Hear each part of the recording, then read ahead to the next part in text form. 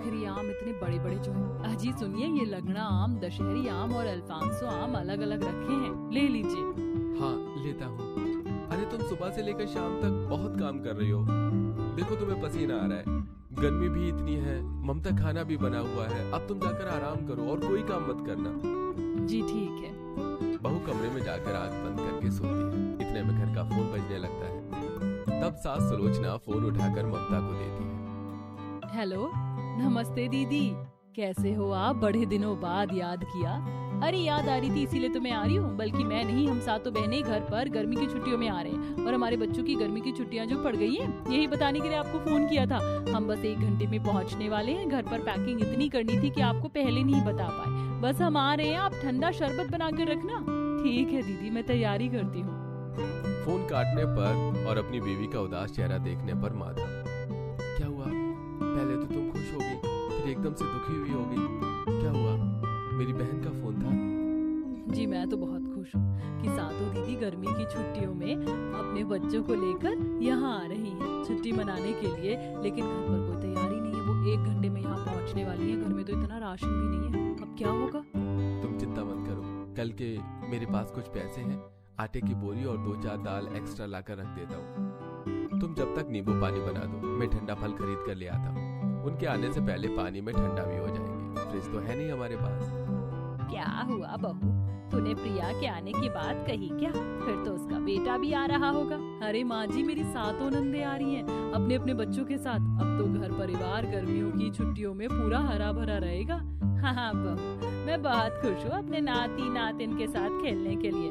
बहू, हमने कूलर नहीं निकाला, तू जल्दी से निकाल कर उसे साफ कर दे और नई घास लगा दे। तुझे तो पता है मेरी सारी बेटियाँ कितने अमीर घर से आ रही हैं। एसी की आदत है, पर यहाँ कूलर है। जी माँ जी, मैं कूलर की सफाई करती हूँ और खाने की भी तैयारी कर लेती हूँ। माधव दुकान से राशन का सामान लाकर घर रख देता है और ममता कूलर निकाल कर उसे साफ कर देती है। आम के बगीचे से घास निकाल कर घास लगा देती है। फिर एक पतीले में ढेर सारे चावल बनाकर नींबू पानी तैयार कर देती है। कुछ ही देर में घर के बाहर 7 अलग अलग अमीर गाड़ियां रुकती हैं, जिनमें से बच्चे और नंदे निकलकर घर में हल्ला बोल कर देती है। सरप्राइज, हम सब आ गए। नानी नानी मामी नमस्ते, हम आ गए, अब यही खेलेंगे। अरे हमारी नानी का आम का बगीचा है तो हम यहाँ बहुत सारे आम खाएंगे। हाँ हाँ मेरे प्यारे प्यारे बच्चों, बहुत सारे आम तुम्हारे लिए ही तो हैं, खा लेना। माँ, हम आ गए। कैसे हो आप सब? और भाभी, क्या हो रहा है? बस आप लोग सफर से आ रहे हैं तो खाना तैयार कर रही थी। ठंडा ठंडा नींबू पानी पी लीजिए। तभी सारी नंद चटाई बिस्तर पीढ़े पर बैठ जाती हैं और नींबू पानी पीकर कहते हैं, ये क्या भाभी, यहाँ पर छोटा सा ही सही आम का बगीचा है तो 2 रुपए वाले नींबू पानी क्यों पिला रही हो हमें? और ये इतना भी ठंडा नहीं है, ना बर्फ के टुकड़े हैं। हाँ भाभी, आपको पता है आपकी इतनी अमीर नंद आ रही है तो कोल्ड ड्रिंक वगैरह मंगा लेती। आम का जूस क्यों बनाया आपने? अरे आप सब लोग इतनी गर्मी से आ रहे हो, लू ना लग जाए इसलिए नींबू पानी दिया है। इसके बाद आम का जूस या आम पन्ना ही बनाऊंगी। और बात रही ज्यादा ठंडा पानी की, तो आपको तो पता है गाँव में सब मटके का ही पानी पीते हैं, जो सही होता है। आपकी सारी नंद अमीर है, लेकिन भाभी तो गरीब ही है ना, तो मटका ही होगा। वो सब तो ठीक है भाभी, लेकिन हम लोग गर्मी में बिल्कुल नहीं आए, अपने ससुराल की एसी वाली कार में बैठकर आए हैं।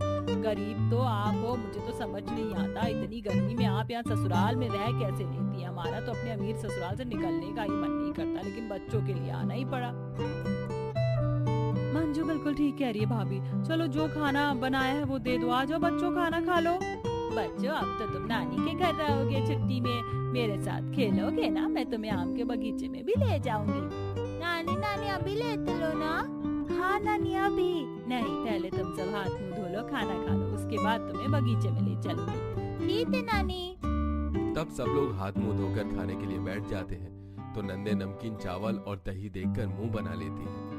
ये क्या है भाभी, 6 महीने बाद हम सब आपसे मिलने आए, गर्मियों की छुट्टी में रहने आए। कम से कम आज के दिन तो बढ़िया बढ़िया खाना बना लेती, आलू कचौड़ी, पूरी सब्जी, राजमा चावल, लेकिन ये सूखे से चावल और दही परोस दिया है। आपने बच्चों के बारे में तो सोचती है कि बच्चे कैसे खाएंगे। और क्या प्रिया दीदी बिल्कुल ठीक कह रही हैं। वो दीदी 1 घंटे में आप आ रही थी तो मेरे को बाकी तैयारी भी करनी थी, जल्दबाजी में चावल बना दिया, गर्मी ना लगे इसलिए दही भी मंगवा दी। अरे अब खा लो, कल कुछ अच्छा बनवा दूंगी मैं। अरे क्यों बोल रही हो? तुझे पता तो है अब गांव में गरीबी इतनी है हमारे मायके में कि यही सब खाने को मिलेगा। भाभी कभी आप हम में से किसी भी नंद के घर चली जाओ, अच्छा अच्छा खाना खिलाकर ना भेजा तो नाम बदलवा देना। हाँ, मुझे तो वो खुशबू आ रही है, मैं भी दही चावल खाऊंगा। हाँ मम्मी, गर्मी लग रही है। अरे भाभी वो कूलर सजाने के लिए रखा है क्या? चला दो ना, बच्चे और हम सब जब गर्मी में मर रहे हैं। तब भाभी कूलर चला देती है। इतने में माधव कुछ ठंडा फल ले आता है जिसे ममता काट कर उनके सामने रख देती है। फिर सब खाने के साथ ठंडे फलों को आनंद लेते हैं। रात को सोने की बारी आती है तो बच्चे और नंद ठीक से सो नहीं पाते और भाभी को तो उसकी जगह से हटा दिया जाता है, जिस वजह से वो गर्मी में सोती है। ऐसे ही 2 दिन गुजर जाते हैं। सातों नंद में से कोई ममता के साथ काम नहीं करवाता, बस कूलर के सामने पड़े रहते हैं और बच्चे ऊधम मचाते रहते हैं। तो कभी अपनी नानी के साथ आम के बगीचे में पकड़म पकड़ाई खेलते हैं। इतने में उनके कजन सिस्टर वाली बहनें यानी कि 3 नंद और आ जाती हैं, जिसे घर में 10 नंद होने की वजह से अकेली ममता को बहुत सफर करना पड़ता है। उसकी तबीयत भी खराब होने लगती है। अकेले 15-20 लोगों का खाना चूल्हे पर बनाकर उसे पसीने आ जाते हैं।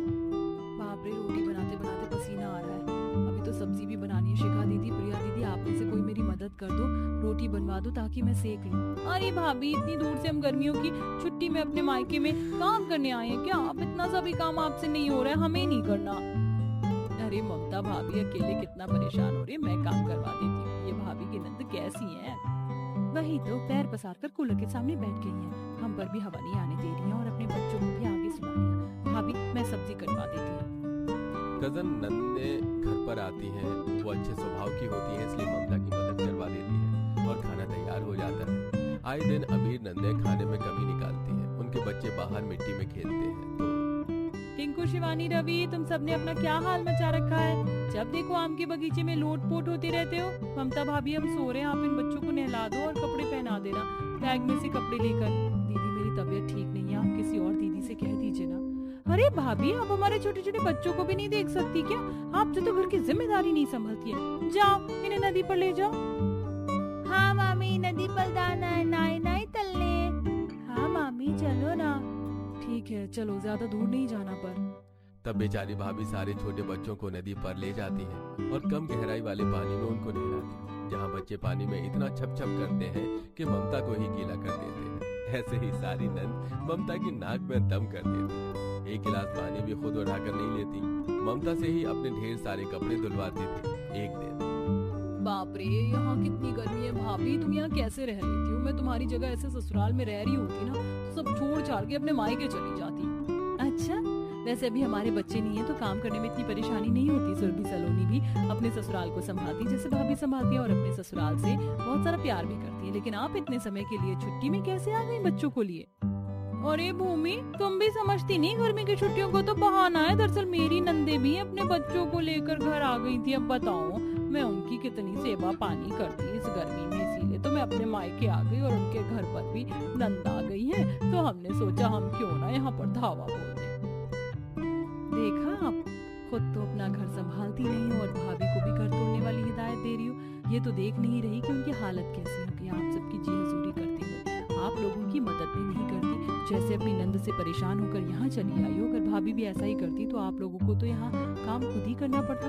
लेकिन आप अकेली भाभी से सबकी सब नंद काम करवाए जा रही हो। खुद आप सब लोग कुछ नहीं करते। बच्चे, कपड़े, खाना पीना सब कुछ भाभी देख रही है। वैसे भी वो हमसे कुछ नहीं कहती, तब तो आपको सुनना चाहिए ना, लेकिन आपने नहीं सुना। सलोनी बिल्कुल ठीक कह रही है, मैंने भी ध्यान नहीं दिया, मुझे माफ कर दे। तुम सब लोग बस ऑर्डर देने आए हो, जाओ अपना अपना घर संभालो। आपने बिल्कुल ठीक कहा सलोनी दीदी, भूमि दीदी, मैं जैसी भी सही, लेकिन ऐसी स्थिति में मैं अपने ससुराल को कभी छोड़कर नहीं जा सकती, क्योंकि मैं सबसे बहुत प्यार करती हूँ। सुना आपने? अपने घर चलती बनो अब। बेशर्मी से सातों नंद अपने घर चली जाती है। तब तीनों अच्छी नंद भाभी की खूब सेवा करती हैं। अपने हाथ से आम के जूस बनाकर, आम की चटनी बनाकर भाभी को अपने हाथ से खिलाती हैं। भाभी, हमने भी आपको परेशान किया हो तो उसके लिए भी माफ करना। अब आप आराम से रहो, क्योंकि आपकी सारी टेंशन गई। अब हम भी अपने घर जा रहे हैं। आप तीनों ने मेरे लिए जो किया है ना, उसके लिए शुक्रिया। आप आते रहना। शशिकला बहन जी कहाँ रह गई? जरा जल्दी कीजिए, लड़की वालों को 10 बजे का देखा देखी का टाइम दिया था। हाँ जी पंडित जी, बस हो गया। लड़की वाले के कपड़े लत्ते, शगुन का लिफाफा, नारियल, मिठाई, हो गया। अरे भाग्यवान, लड़की छिकाई में फल भी तो लगेगा। फलों की टोकरी कहाँ है? तैयार नहीं की क्या? तभी ऋषि प्रेम पसीने पसीने होकर बगीचे में से पक्के पक्के 10 टोकरी आम लाकर गाड़ी में रखवाते हैं। वहीं चिलचिलाती गर्मी में खड़े पंडित जी बड़बड़ाना चालू कर देते हैं। ये जमान, अब जल्दी से आ जाइए। धूप में खड़े खड़े मेरे तो पसीने छूट गए। थोड़ी देर और खड़ा रहा तो धोती भी गीली हो जाएगी। हाजी क्यों खीसे आ रहे हैं पंडित जी? अभी आपको एसी की हवा खिलाते हैं। थोड़ी देर में लड़के वाले लड़की वालों के घर आते हैं। नमस्कार सुरेंद्र भाई साहब और मनोरमा बहन जी। नमस्कार नमस्कार पंडित जी, आइए पधारिए सब लोग। अरे समधी जी, समधन जी, ये 10 टोकरी दशहरी आम आपके परिवार के लिए। भाई साहब, इतनी टोकरी फल लाने की क्या आवश्यकता थी? वैसे ही गर्मी में आम का दाम बड़ा महंगा है, बेफजूल में इतना खर्चा कर दिया। मनोरमा जी, ये खरीदे हुए आम थोड़े हैं, बल्कि रामफल जी के घर की खेती है। पूरे 1 बीघा में आम का बगीचा है, सैकड़ों पेड़ हैं और घर भी बगीचे के बीचों बीच में फर्स्ट क्लास का बनाया है। क्या बढ़िया ताजा हवा बहती है। पूजा शर्माते हुए चाय नाश्ता करवाती है। तभी शशिकला कहती है, भाई साहब, हमें तो हमारे प्रेम के लिए आपकी पूजा पसंद है। आप बताइए, आम वाले खानदान से समधी आना जोड़ेंगे आप? बिल्कुल बहन जी, हमारी तरफ से तो रिश्ता पक्का है, क्योंकि हमारी पूजा को कच्चे पक्के आम खाना बड़े पसंद है। हम तो जी ऐसा ही घर ढूंढ रहे थे बिटिया के लिए। थोड़े ही दिनों में शादी होकर पूजा अपने आम के बगीचे वाले ससुराल में आती है। वाह, मेरे आम के बगीचे वाले ससुराल में कितने सारे कच्चे पक्के आम के पेड़ हैं। माँ पिताजी ने मेरे लिए एकदम अच्छा ससुराल चुना है। अब मुझे गर्मी के सीजन में ढेर सारे आम खाने को मिलेंगे। इसे कहते हैं आम के आम, गुठलियों के दाम। शशिकला पूजा का स्वागत करती है, फिर सब लोग सोने चले जाते हैं। इसी तरह अगला दिन चालू होता है। पूरे घर का चप्पा चप्पा छान मार लिया, किचन नहीं मिला। तभी चारू कनिका पूजा के पास आती हैं। चलिए पूजा भाभी, माँ आपको बगीचे में बुला रही हैं। अच्छा ठीक है। पूजा आकर देखती है कि रसोई बगीचे में बनी है, जहाँ धूप की किरणें सीधे पड़ रही थी। हाँ पूजा बहू, तुमको इस बागवानी में ही खाना बनाना है। ये रहा चूल्हा, मसाले कूटने के लिए मामदस्ता और इसे चटनी पीसने के लिए सिलबट्टा। कोई दिक्कत तो नहीं? नहीं सासू माँ, बल्कि आपने तो बढ़िया जुगाड़ लगा रखा है। बगीचे में ठंडी ठंडी ताजी हवा में खाना बनाने का मजा अलग है। पूजा तोड़े हुए कच्चे पक्के आम में से चुनकर कई तरह का व्यंजन बना लेती है। 2 घंटे बाद उफ, इतना सब कुछ बनाने में मेरे तो पसीने छूट गए। कुछ देर में बहू सब कुछ मेज पर परोसती है। सब लोग आ जाइए, खाना तैयार है। अरे वाह पूजा भाभी, आप तो छा गई। कितना कुछ बनाया आपने। आम पन्ना, आमी की चटनी, आहा। मेरे तो मुंह में ये आम के पकौड़े देखकर पानी आ रहे हैं। टूट पड़ो। कई तरह की आम के व्यंजन देखकर ससुराल वाले खाने पर टूट पड़ते हैं। वाह बहू, क्या बढ़िया आम की चटनी पीसी है तूने। चटकदार लग रहा है खाने में। मुझे तो सबसे ज्यादा ये ठंडा ठंडा आम पन्ना पसंद है। मेरा तो पेट एकदम टन छोड़ गया। आज तो खाना पचाने के लिए टहलना पड़ेगा। ससुर जी, आपने पक्के आम तो खाया ही नहीं। कोई नहीं, मेरे हिस्से की फाड़ी अपनी सास को खिला दो। अरे मेरा तो पेट फटने को हो रहा है, बहू खा लेगी। सबसे लास्ट में पूजा खाने बैठती है और पलक झपकते सारे आम लपेट जाती है। ये मालदे आम तो चाशनी जितने मीठे हैं और ये दशहरी आम तो गूदे से भरा है। मजा आ गया। इसी तरह पूजा का उसके आम खाने वाले ससुराल में 2-4 दिन तो अच्छे खासे कट जाते, मगर वो कहावत तो आप सभी ने सुनी होगी, 4 दिन की चांदनी फिर अंधेरी रात। पूजा यार, और कितना लेट लगाओगी? अभी तक आम का पराठा तैयार नहीं हुआ। 9:30 पहुंचना था, तुमने 10 बजा दिया। जी बस लाई। एक तो चूल्हे से चिमनी जितना धुआं मच रहा है, ऊपर से आधे घंटे में ही छांव चली जाती है और चिलचिलाती धूप पड़ने लगती है। इस आम के बगीचे में खाना बनाना भारी पड़ रहा है। पसीने पसीने होकर पूजा आम के पराठे परोसती है, जहाँ देवर नखरे करते हुए। भाभी, आपका धंधा पानी बहुत खराब हो गया है। रोज आप नाश्ता करवाने में देरी लगाती हो। ये 4 से 5 पराठे बनाने में 1 घंटा लगा दिया। देवर जी, खाना बनाने में मेरा हाथ खींचा हुआ है तो क्या चूल्हे पर चढ़ जाऊं? पूजा का गुस्सैल मिजाज देखकर शशिकला राशन पानी लेकर चढ़ जाती है। बहू, ज्यादा लतखोरी नहीं बतिया रही तो जाकर पराठे बना और आम रस भी बनाना।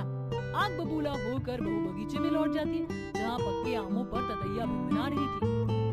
बिरनी कहीं काट ना ले। बिरनी का झुंड देखकर पूजा हड़क जाती है। तभी एक बिरनी हाथ पर काट लेती है, जिससे उसका हाथ फूलकर मोटा हो जाता है। बहू, मीठा देखकर मधुमक्खी आ जाती है, तू हिल डुल नहीं करती तो नहीं काटता तुझे।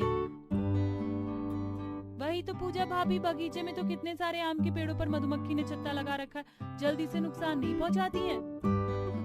मधुमक्खी का छत्ता? माँ जी, मैं बगीचे में खाना नहीं बनाऊंगी। कहते कहते पूजा थर-थर कांपने लगती है। बहू, हमारे घर में शुरुआत से ही खाना बगीचे में ही बनाए, तेरे लिए ये कायदे कानून नहीं बदलेंगे, समझी? शशिकला पूजा पर बात थोप डालती है। जहाँ कल तक आम पूजा का पसंदीदा फल था, उसे अब चिढ़ मचने लगती है, क्योंकि भीषण गर्मी में खाना बनाते उसे भरी दोपहरी हो जाती है, जिससे शरीर में मोटे मोटे दाने निकल आते हैं। माँ, पूरे शरीर पर चींटी सी काट रही है। मैं तो अपने इस कच्चे पक्के आम खाने वाले ससुराल में घुन की तरह पिस कर रह गई हूँ। अक्सर खा पी कर आलसी ससुराल वाले आम के छिलके जगह जगह फेंक देते हैं, जिससे मोटी मोटी चींटी घर में मच जाती है। हाय रे, आज तो बर्तन घिसते घिसते मेरी कमर का कचूमर निकल गया। एक तो आम का चलते बर्तन रुकने चिप चिप करते हैं, साफ नहीं होते जल्दी से। बर्तन धोने के बाद पूजा जैसे किचन से बाहर आती तो एक चींटी पैर पे काट लेती है। मम्मी, मेरा पैर! ये भगवान, ये पूरे घर में लाल काली चींटियां अपना पूरा खानदान लेके कहाँ से आ गई? पूजा का ध्यान फर्श पर बिखरे पके आम की गुठलियों पर जाता है, जिससे उसे गुस्सा आता है।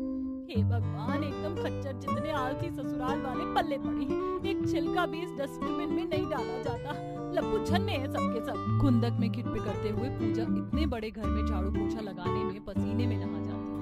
आम खाने वाले ससुराल वाले सुबह शाम पूजा के दिमाग की ऐसी खिचड़ी पकाते रहते हैं कि फिर एक दिन, प्रेम जी, डेली डेली कच्चे आम पक्के आम खाकर मैं पक चुकी हूँ। अब बाजार से हरी सब्जी खरीद कर ले आइए, खासकर कटहल खाने का मेरा बहुत दिल कर रहा है। पूजा की हरी सब्जी खरीद कर लाने की फरमाइश पर प्रेम मक्खी चूस मिजाज उसे कहता है। पर पूजा, फालतू में पैसे क्यों खर्च करना?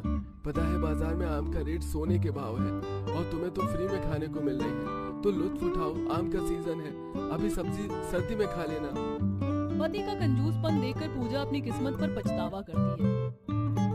ओ भाई, मारो मुझे मारो, मेरी तो जिंदगी झंड हो गई है ऐसे आम के चटोरे फैमिली में शादी करके। जहाँ पूजा के ससुराल वाले बड़े चाव से पके आम कच्चे आम खाते, पूजा पूरा पूरा दिन खाना नहीं खाती, जिससे धीरे धीरे वो काफी कमजोर सी होती जाती है। पूरे बगीचे को साफ करना, धूप में खाना बनाने से उसकी हालत और खराब हो जाती है। पूजा भाभी कहाँ रह गई? फटाफट से हमारे लिए चिल्ड आम का जूस पिला दो, गर्मी लग रही है। सर से टप टप पसीना छू रहा होता है। पूजा जूस की केतली हाथों में पकड़े लड़खड़ाते हुए अंदर आती है और तभी चक्कर खाकर बेहोश हो जाती है, जिससे सबका कलेजा मुंह को आ जाता है। हे भगवान! पूजा बहू, बहू, क्या हो गया तुझको? प्रेम, डॉक्टर को फोन लगा बेटा। जी माँ। कुछ देर में डॉक्टर घर पर आकर पूजा का चेकअप करते हैं और फिर देखिए जी, इन्हें तगड़ा लू लग गया है। लगता है आपकी बहू जरूरत से ज्यादा गर्मी में काम करती है। बाकी आप सब लोगों के शरीर पर भी कितनी सारी फोड़े फुंसी और घमौरी निकल रही है। रामफल जी, आपका फैमिली डॉक्टर होने के नाते मैं बार बार आपको समझाता हूँ, और आज भी आप लोगों को यही सुझाव दूंगा। ज्यादा मात्रा में आम खाने से परहेज कीजिएगा, और खान पान में हरी सब्जी, दूध, दही शामिल करिए, वरना आपका पूरा परिवार शुगर का शिकार हो जाएगा। डॉक्टर के चेतावनी के बाद ससुराल वाले खान पान को संतुलित करते हैं। वहीं शशिकला पूजा को सेवा पानी करती है और उसे कच्चे आम का पन्ना बनाकर पिलाती है, जिससे लू छूमंतर हो जाती है।